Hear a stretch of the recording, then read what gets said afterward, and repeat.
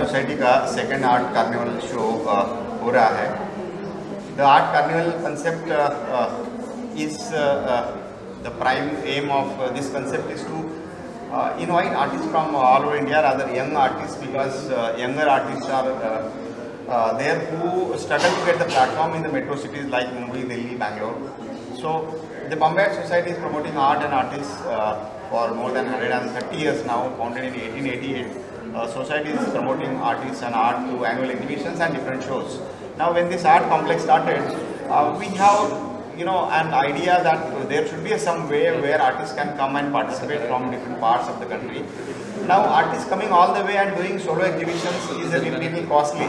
So it becomes very tough for the artists, even in the public art gallery, to put up a solo show. So Bombay Art Society came with the concept that we will invite the group of artists in a show. We titled it Art Carnival. Art Carnival is sort of यहाँ आपको भारत के सभी रंगों को एक छत के नीचे देखने को मिलेगा. You can see all kinds of paintings, all kinds of colors, different mediums, different subjects, everything under one roof. So this is a sort of art carnival, art fair आप इसको कह सकते हैं. और इसमें आर्टिस्ट को अलग अलग सिटी से आके यहाँ पे उनको अपनी कला प्रदर्शित करने के बाद they are reaching to a wider audience in the metro city like Mumbai. और ये आर्ट कार्निवल शो हमारा, this is second art carnival. और next art carnival is from 12 September to 19 September, and then our last carnival next month is from 26 September to 2nd October. So we would like artists to come and be a part of this art carnival from all over India. It is open for everyone, irrespective of age and education. Thank you. Sir, आपसे जानना चाहेंगे कि इस तरह का प्रदर्शनी कितनी जरूरी है जर्नलिज्म के लिए, कितना उपयोगी होती है और कितना महत्वपूर्ण?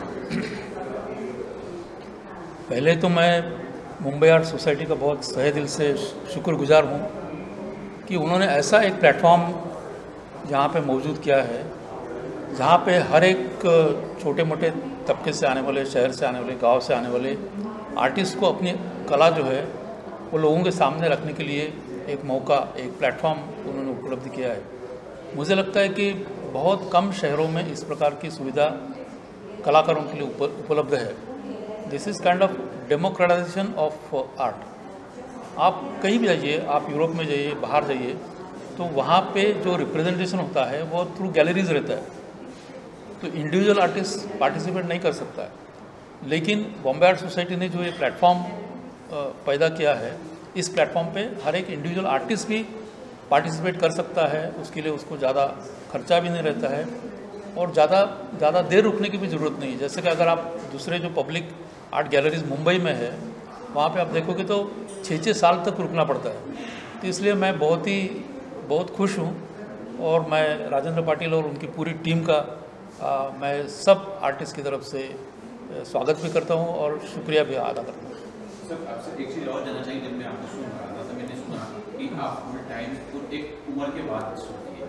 सर, वो एक नए जनरेशन के लिए बहुत प्रेरणादायक है. जरा उस बारे में बताएंगे, क्या एक ऐसी चीज़ हुई जिस कारण से हमें फुल टाइम ये कला के बाद आकर्षित हुई? देखिए, मैंने कोई ऐसा तय नहीं किया था कि मुझे चित्रकार बनना है या पेंटर बनना है.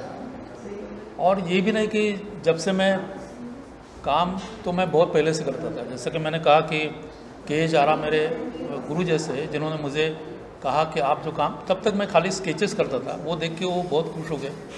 बोले ये फॉर्म्स आपको कहाँ से मिले? तो मैंने कहा मैं तो ये पूरा निसर्ग, जैसा मेरा इगतपुरी गांव है, छोटा गांव है, लेकिन वो हिल स्टेशन टाइप का है, बहुत ही सुंदर नज़ारा है, तो उसको पकड़ के मैं काम किया. तो तभी उन्होंने कहा था, लेकिन तब मैं पूरा लिखने के इसमें पूरा व्यस्त था. लेकिन तभी से मैं काम करता था. मैं कम से कम 15 साल में स्केचेस और पेंटिंग अपने घर पे ही करता था. किसी को पता भी नहीं था कि मैं काम कर रहा हूँ करके. लेकिन 15 साल के बाद जब मुझे ऐसा लगा कि अभी आप काम आपने जो किया है, और वो भी मेरे दोस्त लोगों ने मेरे को पुश किया कि भाई आप इतना अच्छा काम करते हो तो उसका प्रदर्शन बनाओ करके। तो पहला मेरा प्रदर्शन आर्टिस्ट सेंटर, जहाँ से KH आरा जी काम करते थे, उन्होंने वो खड़ा किया था। तो वही मेरा पहला शो हुआ। वो सब मेरे दोस्तों ने ही किया था, वो कोई आर्ट वार्ट इन्हें कुछ पता ही नहीं था।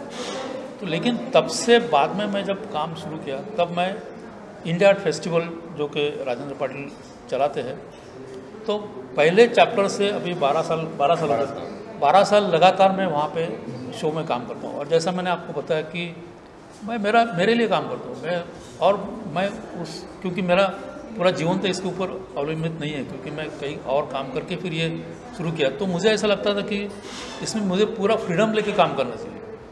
तो इसलिए मैं पूरा फ्रीडम लेके मुझे जैसा लगता है काम करता हूँ, मैं कोई असाइनमेंट नहीं लेता हूँ।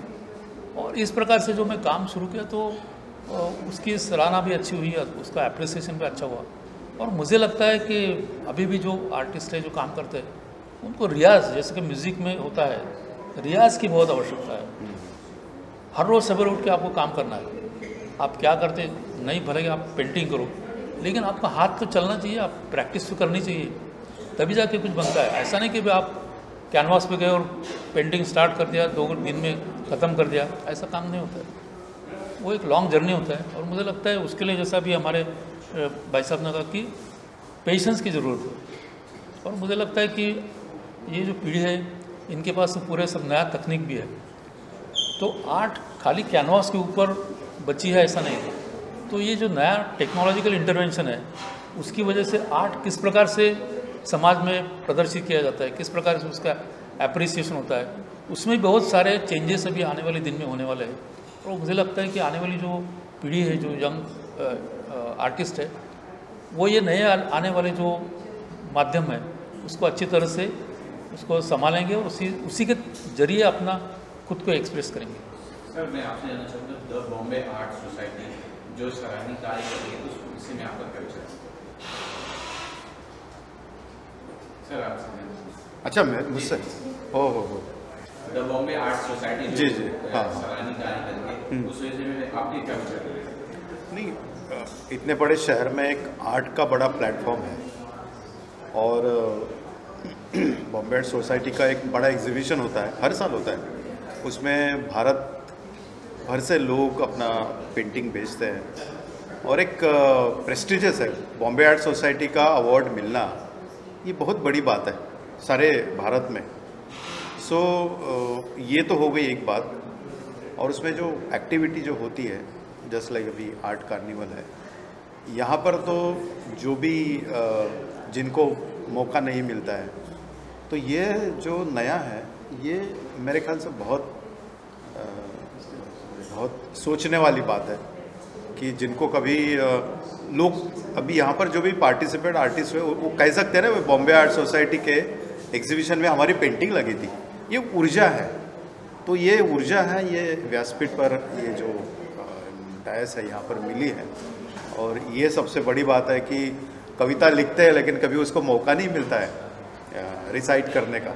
पेंटिंग करते हैं लेकिन वो कभी मौका, पड़ोसी की भी पता नहीं चलता कि ये पेंटिंग है करता है। लेकिन जब ऐसे जगह पर उनकी एग्जिबिट होती है तो उनकी भी ऊर्जा बढ़ती है, एनर्जी, सारी दुनिया की ऊर्जा बढ़ती है और एक देखने वाले भी आते हैं।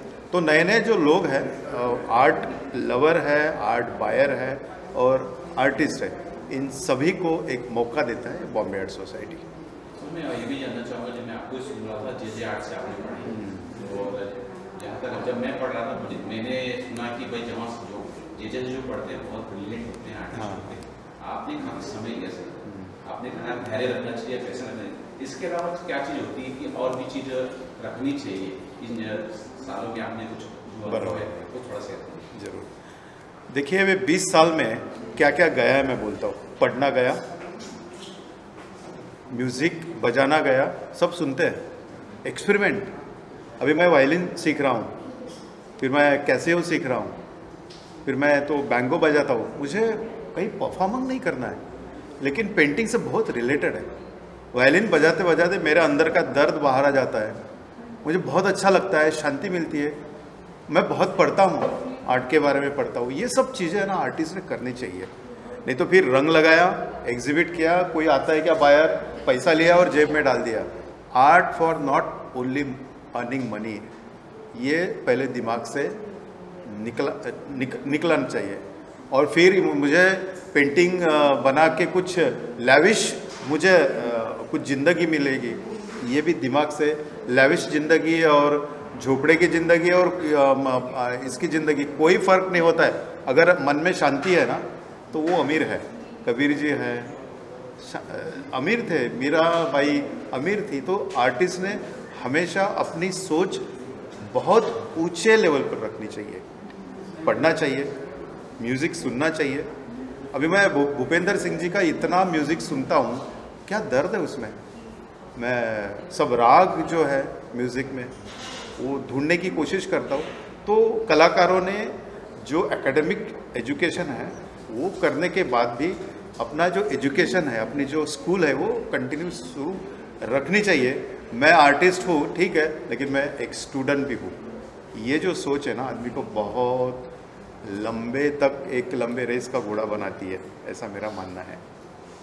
जी सर, आपको जो आर्ट फॉर्म है, जो आर्ट लवर है, इनके लिए कितना महत्वपूर्ण है कि एक्टिव होना सोशल मीडिया? देखिए ऐसा है कि सोशल मीडिया बहुत इम्पोर्टेंट भी है, बहुत अच्छा भी है, और वैसा देखा जाए तो वहाँ भीड़ भी ज़्यादा है। बट अगर आप सिलेक्टिवली उसको प्रॉपरली यूज़ करेंगे तो social media particularly Facebook, Instagram, ये आर्टिस्ट के लिए एक ऑडियंस बहुत अच्छी क्रिएट करते हैं। और सोशल मीडिया ऐसा प्लेटफॉर्म है जिसमें आपको बहुत कुछ खर्चा भी नहीं करना पड़ता है। और आपको सोशल मीडिया पे बेनिफिट्स ये है कि वहाँ पे जो सिलेक्टिव ऑडियंस है, जिसको वो चाहिए वो वहाँ ऑडियंस उठाती है।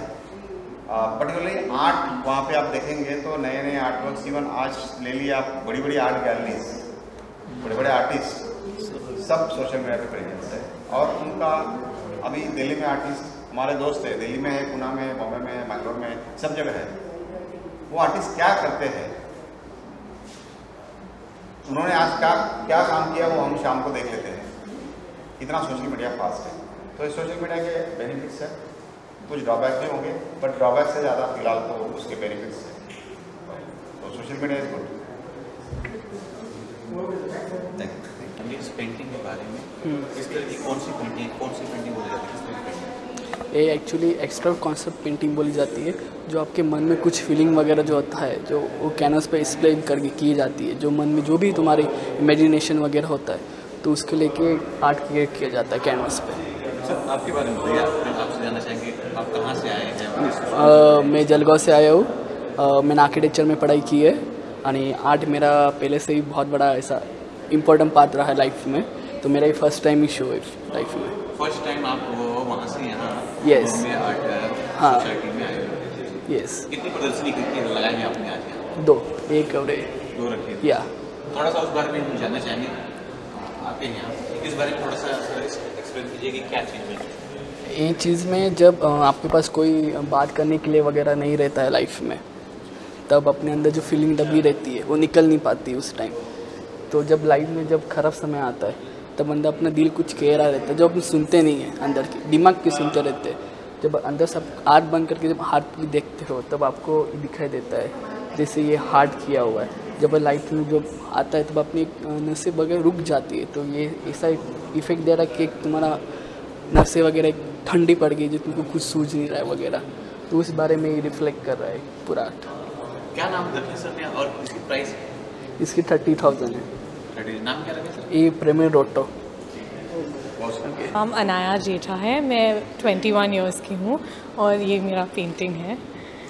ये जानना चाहेंगे कि आपने कौन से स्कूल से पढ़ाई की है और कहाँ से आए हैं? मुंबई या अलग स्टेट से आए हैं? मैं मुंबई से ही हूँ और मैंने कहा पढ़ाई नहीं की है, मैं सेल्फ टॉट आर्टिस्ट हूँ और मैं 3 साल से पेंट कर रही हूँ और पेंटिंग्स बेच रही हूँ। ये तो बहुत जिज्ञासा होगा कि आप सेल्फ करें, कैसे सीखा? ये सीखा कहाँ से? बहुत अच्छी मैं पेंटिंग देख रहा हूँ कि और सी लग बनी हुई यहाँ लगी हुई, ये कहाँ से सीखा? ये आपने अपने मन से क्रिएटिव? हाँ बिल्कुल, मुझे इंस्पिरेशन डिफरेंट चीज़ों से आते हैं, तो एक सोर्स नहीं है सीखने का। मैं पढ़ती हूँ डिफरेंट आर्टिकल्स आर्टिस्ट के बारे में और डिफरेंट मीडियम्स के बारे में पढ़ती हूँ, कैसे उनको यूज़ करें। बहुत एक्सपेरिमेंटेशन से ये पीसेस बनाए हैं। आज आपकी कितनी प्रदर्शनी यहाँ लगी हुई है और मैं ये जानना चाहूँगा हाईएस्ट आपकी क्या प्राइस रखी हुई है और कौन सी पेंटिंग है? तो मेरी यहाँ पे 5 पेंटिंग लगी हुई हैं और हाईएस्ट पेंटिंग इन दोनों की है जो 35,000 की है। Thank you.